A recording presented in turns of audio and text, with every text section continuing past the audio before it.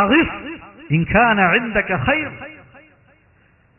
ആ ശബ്ദത്തിനോടായിട്ടാണ്, നിന്റെ അടുക്കൽ വല്ല ഖൈറും ഉണ്ടെങ്കിൽ ലേശം വെള്ളം തന്ന് ഇന്നൊന്ന് സഹായിക്കണം, ഈ കുട്ടി ദാഹിച്ച് പരവശനായി കിടക്കാണ്.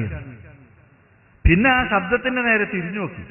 തിരിഞ്ഞു നോക്കുമ്പോ മലക്ക് ജിബ്രീൽ അതാ ഇതിന്റെ കുളമ്പ കാലടി വന്നിടത്ത് അവിടുന്ന് പിന്നെ വെള്ളം വരുന്നു, ഉറവ വരുന്നു. അപ്പൊ ജിബ്രീലിനോട് വിളിച്ച് പ്രാർത്ഥിക്കാൻ തെളിവായിട്ട് ഇതെടുക്കാമോ? എന്നാൽ ഇതിന് മഹാത്മാക്കളോട് വിളിച്ച് പ്രാർത്ഥിക്കാൻ തെളിവ് കണ്ടോ ആഗിസ്? അവിടെ ഉദ്ദേശിച്ചത് ആരെയാ? ആഗിസ് എന്ന് പറഞ്ഞാൽ മരിച്ചുപോയ മഹാത്മാക്കളെ ആയിരിക്കുമല്ലോ എന്ന് പറഞ്ഞിട്ട് യാഥാസ്ഥികരായ ചില പണ്ഡിതന്മാർ ഇതും തെളിവിന് ഉദ്ധരിക്കാൻ ശ്രമിക്കാറുണ്ട്. അപ്പൊ അവിടെ ഹാജറയുടെ ആഗിസ് എന്നത് ആരെങ്കിലും ആവാം, ആരാണെങ്കിലും ശരി, എനിക്ക് ഇവിടുന്ന് വെള്ളം കിട്ടണം, അല്ലെങ്കിൽ പിന്നെ അങ്ങോട്ടും ഇങ്ങോട്ടും ഓടി ആ ശബ്ദത്തിന്റെ നേരെ അവിടുന്ന് തിരിഞ്ഞിട്ടൊന്നും പറയേണ്ടതില്ലല്ലോ. ഇവിടെ തന്നെ ഇരുന്നിട്ട് മരിച്ചവരോട് ചോദിക്കാനാണെങ്കിൽ ചോദിച്ചാൽ മതിയല്ലോ. പിന്നെ ജിന്നിന്റെ സഹായം കിട്ടാൻ ഒരു ഒഴിഞ്ഞ സ്ഥലത്ത് മാത്രമേ ജിന്നിന്റെ സഹായം കിട്ടുള്ളൂ എന്നാണോ സഹായം കിട്ടുമെന്ന് പറയുന്ന ആളുകളുടെ വിശ്വാസം? അതിലും അർത്ഥമില്ലാത്തതാണ്. അപ്പൊ ആ റിപ്പോർട്ട് യഥാർത്ഥത്തിൽ മരിച്ചുപോയ മഹാത്മാക്കളോട് സഹായം തേടുന്നതിനുള്ള തെളിവല്ല. മരിച്ചുപോയ ആളുകളോടോ ജീവിച്ചിരിപ്പുള്ള ആളുകളോടോ കാര്യകാരണ ബന്ധങ്ങൾക്ക് അതീതമായ ഗുണം പ്രതീക്ഷിച്ചുകൊണ്ടോ ദോഷബാധയെ ഭയന്നുകൊണ്ടോ എന്തെങ്കിലും ആവശ്യപ്പെടുന്ന, പ്രാർത്ഥിക്കുന്ന, സഹായം തേടുന്ന അതാണ് ശിർക്ക്. അത് ഇതിൽ വരുന്നില്ല എന്നാണ്. കണ്ടോ എത്ര നേരെടുത്തിട്ടാ മൂപ്പരെ വിശദീകരിച്ചത്. അപ്പൊ അത് സലഫി പണ്ഡിതന്മാരൊക്കെ ദുർബല ഹദീസ് ഒറ്റ തട്ടല്ല ചെയ്തിട്ടുള്ളത്. അതിന്റെ വിശദീകരണത്തിൽ ഒരു ഹദീസ് ദുർബലമാണ് എന്ന് പറഞ്ഞാൽ അതിന്റെ മത്തിനിൽ ശിർക്കുണ്ടോ? മുൻഗാമികൾ എന്തു പറഞ്ഞു? ഇപ്പൊ കെ.പി. മുഹമ്മദ് അത്തവസ്സുൽ എന്ന ഗ്രന്ഥത്തിൽ എത്രയോ ലഈഫായ ഹദീസ് ചർച്ച ചെയ്തിട്ടുണ്ട്. കാരണം ലഈഫായ ഹദീസ് ചിലതിന് തെളിവായിട്ട് ഉദ്ധരിക്കുമ്പോൾ അത് ചർച്ച ചെയ്യേണ്ടി വരും. അൽ-ഇസ്തിഗാസ എന്ന ഗ്രന്ഥത്തിൽ കുറെ ലഈഫായ ഹദീസ് ചർച്ച ചെയ്തിട്ടുണ്ട്. അപ്പൊ സുഹൃത്തുക്കളെ ലഈഫായ ഹദീസും ചർച്ച ചെയ്ത് നടക്കുകയാണ് എന്ന് പറഞ്ഞ് നമ്മളെ കുറ്റപ്പെടുത്തുകയാണ്. സുഹൃത്തുക്കളെ, നമുക്ക് 10 മണിക്ക് നിർത്തണമെന്നാണ് നിയമപാലകർ പറയുന്നത്. ഇവിടെ മറുവിഭാഗം നടത്തിയപ്പോൾ 1:30 മണി വരെ ഇവിടെ നടത്തിയിരുന്നു. നമ്മൾ ആരും ഒന്നിനും പോയിട്ടില്ല. പക്ഷേ ഖുറാഫികളുടെ അതേ തന്ത്രം എടുത്തിട്ട് പോലീസ് സ്റ്റേഷനിലേക്ക് ഫോണിപ്പോ പോലീസ് പറയാണ് 10 മണിക്ക് നിർത്തണം. അതുകൊണ്ട് ഇൻഷാ അല്ലാഹ് നാളെയും കൂടി പരിപാടി നടത്താൻ നമ്മൾ തീരുമാനിച്ചിരിക്കുകയാണ്. എല്ലാവരും വരണം, ഇവരെ കുതന്ത്രം പൊളിക്കണം ഇൻഷാ അല്ലാഹ്. അതുകൊണ്ട് നാളെയും കൂടി നമുക്ക് പരിപാടി ഉണ്ടാവും. നമ്മൾ പെർമിഷൻ നേരത്തെ എടുത്തു വെച്ചിട്ടുണ്ട്. 1:30 മണി വരെ ഇവര് പ്രസംഗിച്ചു. പക്ഷെ നമ്മളെ പ്രസംഗത്തിന് ഫോൺ ചെയ്തപ്പോ പോലീസ് പറയാണ് 10 മണിക്ക് നിർത്തണം. ചില ആളുകൾക്ക് മാത്രം നിയമം, ചില ആളുകൾക്ക് നിയമമല്ല എന്ന് വരുന്നത് നീതിയല്ല എന്ന് കൂടി നിയമപാലകരോട് പറയാൻ ഞാൻ ഈ അവസരം ഉപയോഗിക്കാം. ഏതായാലും ഞങ്ങൾ നിയമം പാലിക്കാം, ഞങ്ങൾ 10 മണിക്ക് നിർത്തിക്കോളാം. ഇരിക്കട്ടെ സുഹൃത്തുക്കളെ, ഇപ്പൊ എന്തേ പറഞ്ഞത്? ഹാജറ ബീവിന്റെ സംഭവം എടുത്ത് ഉദ്ധരിക്കാണ്. ഹാജറ ബീവി ആരോടാ പറഞ്ഞത്? മലക്കിനോടാ പറഞ്ഞത്. അഗീസ്, നീ സഹായിക്കണം. ആ ശബ്ദത്തോടായി പറഞ്ഞു എന്നാ. അപ്പൊ ആ ശബ്ദം ആരാ? മനുഷ്യനില്ല. കാരണം മറുവന്റെ മുകളിലും സഫന്റെ മുകളിലും ഒക്കെ കയറി ചുറ്റുഭാഗം നോക്കി, ആരെയും കണ്ടില്ല. ഫലം തറ അഹദൻ, ഒരു മനുഷ്യനെയും കണ്ടില്ല. അപ്പൊ മനുഷ്യന്റെ ശബ്ദമല്ല എന്ന് ഉറപ്പാ. ഒരു ശബ്ദം കേട്ടു, ശബ്ദം കേട്ടുന്ന ഒരു സംസാരം കേട്ടുന്ന. ഇപ്പൊ ഇവര് പറഞ്ഞെന്താ ഒച്ച കേട്ടു, ഏയ് തേങ്ങ വീണ ഒച്ച കേട്ടാ അപ്പൊ ജിന്നാന്ന് വിചാരിച്ച് മലക്കാജ് ദും എന്നുള്ള ഒച്ചയല്ല, ഒരു ശരീരീന്നാ. ശബ്ദത്തിന്റെ ആളെ കാണുന്നില്ല, ശബ്ദം കേൾക്കുന്നുണ്ട്. അപ്പൊ അഗീസ് എന്ന് പറഞ്ഞു. അപ്പൊ ഹാജറാബീന്റെ സംഭവം ഇതന്നപ്പോ അബ്ദുൽ ജബ്ബാർ മൗലവി ഇരുളിൽ തപ്പിത്തടഞ്ഞ് നീങ്ങുന്ന ആരും പരിസരത്ത് ആരെയും കാണുന്നില്ല എന്ന് പറഞ്ഞ വാചകം ഹാജറാബി സംഭവത്തിന് തുല്യമായൊരു സംഭവമാണ്. പക്ഷെ അതിന്റെ പേരിൽ ശിർക്ക് ആരോപിക്കുന്നവർ ഹാജറാബി സംഭവം എടുത്തു ധരിക്കാണ്. ഇനി അപ്പൊ എന്ന ഹദീസിനെ പറ്റി നമ്മളെ തീരുമാനം എന്താ? ഇനി നിങ്ങൾ മൂപ്പൻ ആദ്യത്തെ ക്ലിപ്പ് ഒന്നുകൂടി കേട്ടോളി.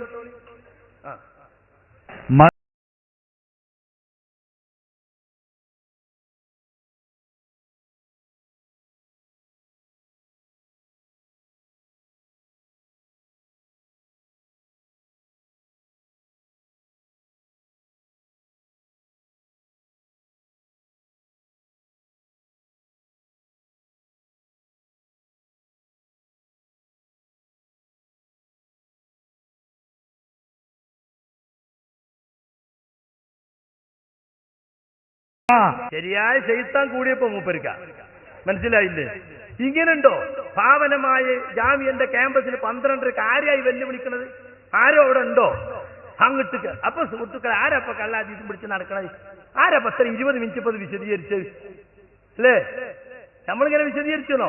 അപ്പൊ സുഹൃത്തുക്കളെ ഇതെല്ലാം ഇത് ജിന്നും സീറും എന്നല്ല വിഷയം, അത് മനസ്സിലായിക്കോളി.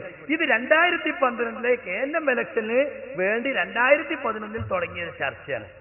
ആ 2011 ഇലക്ഷന് വേണ്ടിയിട്ടാണ് ഇബാദത്തും ജിന്നും സീറും ഒക്കെ എടുത്തത്. പക്ഷെ എന്തായിന്നറിയോ, നമ്പൂരി ചാണം ചാടിക്കിടന്ന മാതിരി പറയലുണ്ട്, നേരെ നടുക്കാ പോയി വീണത്. അതാ ഇപ്പൊ സംഭവിച്ചത്. ഇലക്ഷന് കിട്ടി, ഇലക്ഷന് സാധാരണക്ക് കിട്ടി, ഇനിയിപ്പോ നിലനിർത്തണം. അത് നിലനിർത്തണമെങ്കിൽ എന്താ വേണ്ടത്? മൂപ്പര് നിസിഹയായി അവതരിപ്പിക്കണം. സംഘടന ശിർക്കിലേക്ക് പോകുന്ന ഘട്ടത്തിൽ ശക്തമായ ഇടപെടലുകളിലൂടെ സംഘടന യഥാർത്ഥ തൗഹീദിന്റെ മാർഗത്തിൽ ഉറപ്പിച്ചു നിർത്താൻ വേണ്ടി ഈ കാലഘട്ടത്തിൽ അല്ലാഹു മുജാഹിദ് പ്രസ്ഥാനത്തിനിറക്കി തന്ന പ്രത്യേക മുജദ്ദിദ്. അങ്ങനെ അനുയായികൾ കൊണ്ടു നടക്കണേ, അതിനുവേണ്ടി കൊണ്ടുവന്നതാ. അതിനുവേണ്ടി ജിന്നും സിഹറും പറഞ്ഞ് മുജാഹിദ് പ്രവർത്തകന്റെ മേൽ ശിർക്ക് ആരോപിക്കാണ് യഥാർത്ഥത്തിൽ ചെയ്തിട്ടുള്ളത്. വാസ്തവത്തിൽ അബ്ദുൽ ജബ്ബാറുടെ വീട്ടിൽ പോയപ്പോ അബ്ദുൽ ജബ്ബാർ പോലും ഇതിന് ശിർക്കുണ്ടെന്ന് തെളിയിച്ചു കൊടുക്കാൻ പറഞ്ഞിട്ട് തെളിയിച്ചു കൊടുക്കാൻ സാധിച്ചില്ല. ഇനി നോക്കി 2011 ഹനീഫ് കായക്കൊടി ഫൈസൽ മുസ്ലിയാർ കൂടി ജമിയത്തിന്റെ ദൗറയിൽ കൊടുത്ത പ്രബന്ധം. ആ പ്രബന്ധം എന്താ? ദൗറയുടെ നിർദ്ദേശപ്രകാരം ജിന്നിനോടുള്ള സഹായതേട്ടം എന്ന വിഷയവുമായി ബന്ധപ്പെട്ട് ഞങ്ങൾ നടത്തിയ പഠനത്തിൽ കണ്ടെത്തിയ കാര്യങ്ങൾ ഈ ദൗറയുടെ മുമ്പാകെ സമർപ്പിക്കുന്നു. എന്നിട്ടതാ എന്താ കേട്ടോളി.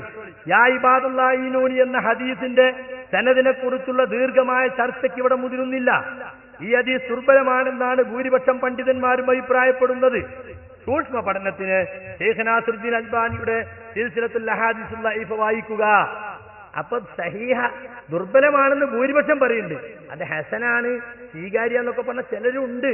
അപ്പൊ കള്ള ഹദീസ് എന്നൊന്നും പറയാൻ പറ്റൂല എന്നർത്ഥം. അതിപ്പോ ഇവരെന്നെ പറയാം.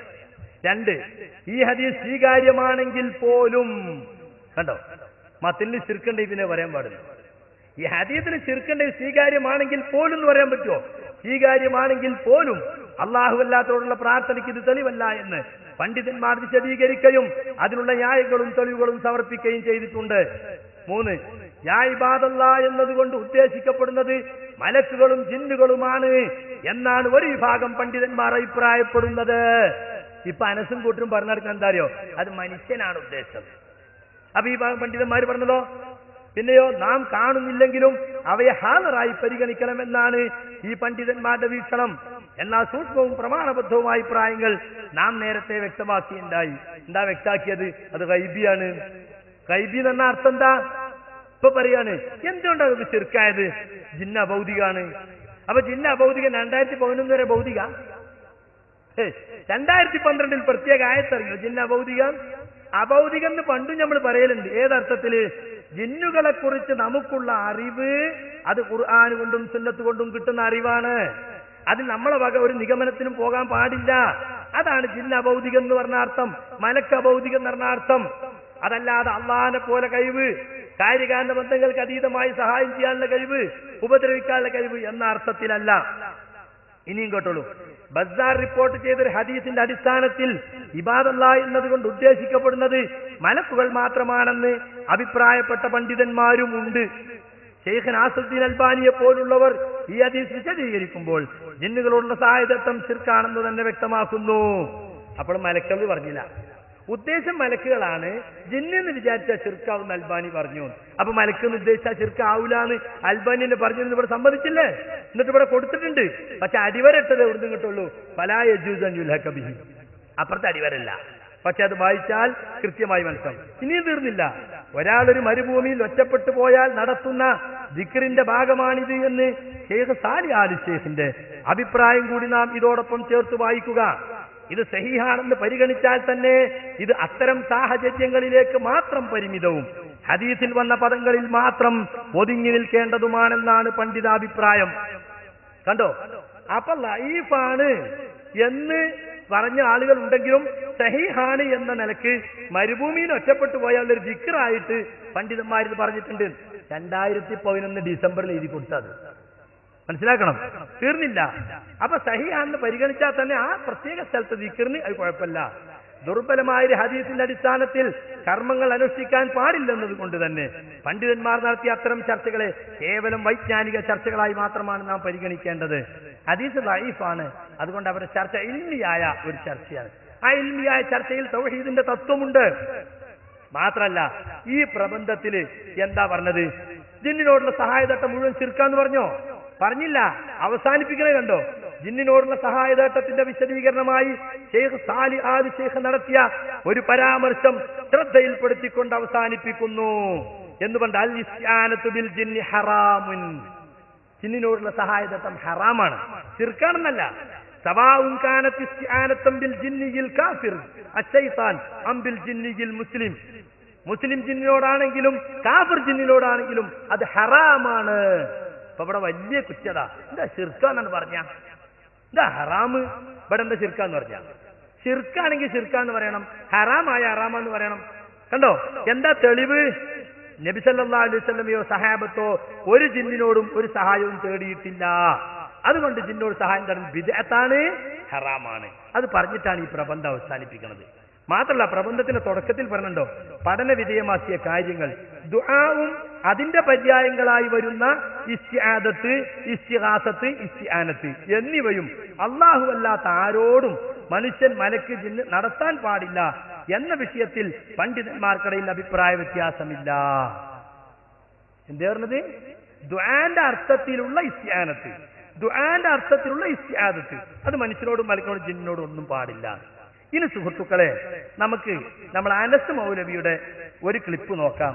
2 തരം സഹായതട്ടുണ്ടോ, ശിർക്കാകാത്ത ഒരു സഹായതട്ടുണ്ടോ എന്ന് ഒരു മടവൂർ വിഭാഗത്തിൽപ്പെട്ട ഒരാൾ ചോദിക്കാണ്. അതുകൂടി നമുക്ക് ഇന്നത്തെ അവസാനിപ്പിക്കാം, നാളെ തുടരാം ഇൻഷാ അല്ലാഹ്. ജിന്നിനോട് സഹായം തേടിയാൽ ശിർക്കാകാത്ത വല്ല തേട്ടവുമുണ്ടോ? നേരത്തെ ഇവിടെ പ്രാർത്ഥനയെന്ന് പറഞ്ഞു, പ്രാർത്ഥനയെന്ന് അവരാരും ആരോപിച്ചിട്ടില്ല.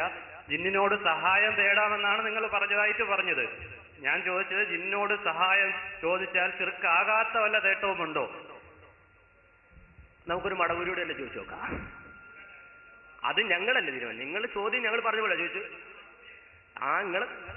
നിങ്ങൾ മടവൂരി അല്ല, അത് എനിക്കറിയാം. നിങ്ങൾ മടവൂരി ആയതുകൊണ്ടല്ലല്ലോ അങ്ങനെ പറഞ്ഞത്. മറുപടി ഇപ്പൊ എങ്ങനെ പറഞ്ഞു? ഇപ്പൊ നിങ്ങൾ ഒരു പഠിച്ചിട്ട് വലുതായിട്ട് പ്രയാസമൊന്നുമില്ലല്ലോ. ആ ഖുർആൻ സുന്നത്ത പറയാൻ പോണത്. ഖുർആൻ സുന്നത്തല്ലാതെ വേറെ അതിൽ ഇപ്പൊ മടവൂരികൾ ഖുർആൻ സുന്നത്തല്ലാതെ അവരുടെ അത് വേറെ ചോദ്യം ഉണ്ട്, അവിടെ ഇരിക്കട്ടെ.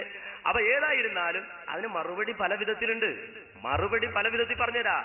അതായത് ഏതെങ്കിലും സഹായത്തേട്ട് അങ്ങനെ ഉണ്ടോന്നാ? ജിന്നുകളോട് സഹായം തേടിയാൽ അങ്ങനെ ഏതെങ്കിലും ഒരു സഹായത്തേട്ട് ഉണ്ടോന്നാ? അതിനെ വിശദീകരിച്ചുകൊണ്ട് സാക്ഷാൽ മടവൂരികൾ തന്നെ പറയാം. നിങ്ങളെന്ന് വെച്ചാൽ വിഷമിക്കണം, ഞങ്ങൾ അഡ്വാൻസ് ആയിട്ട് ഇച്ചിരി ബോധപൂർവ്വം അവരെ കവർ ചെയ്ത് പറയുന്നതുകൊണ്ട് പ്രശ്നമൊന്നുമില്ലല്ലോ. അല്ലെന്ന് കേട്ടോളൂ. ജിന്നുകൾക്ക് അല്ലാഹു നൽകുന്ന കഴിവ് മനുഷ്യ കഴിവിന് അതീതമെങ്കിലും അതിന് അഭൗതികമെന്ന് വിശേഷിപ്പിക്കുന്നത് ഇസ്ലാമിക കാഴ്ചപ്പാടിൽ ശരിയല്ല.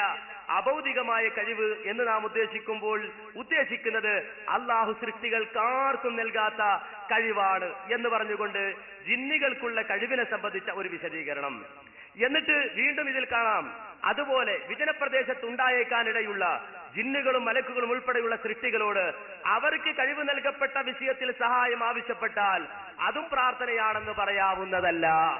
അപ്പൊ ജിന്നുകൾക്ക് കഴിവ് നൽകപ്പെട്ട വിഷയത്തിൽ ഏതെങ്കിലും ഒരാൾ സഹായം ചോദിച്ചാൽ അതിനെയും പ്രാർത്ഥനയാണ് എന്ന് പറയാൻ കഴിയില്ല. ഒരു ഉദാഹരണം പറഞ്ഞുതരാം. ഇപ്പൊ ഒരു ജിന്ന് ഇവിടെ വരികയാണ്. ആ ജിന്നിനെ സംബന്ധിച്ചിടത്തോളം ഏതെങ്കിലും ഒരു രൂപത്തിൽ ഇവിടെ വന്നു, എനിക്ക് അയാളെ കാണാം. അയാളെ സംബന്ധിച്ചിടത്തോളം അയാളെ ഞാനോട് സംസാരിക്കണം. എന്താ ജിന്ന സുഖമാണോ, എവിടുന്നാ വരുന്നത്, എങ്ങനെയുണ്ട് എന്ന് അയാളോട് സംസാരിച്ചാൽ അത് അഭൗതികമല്ല.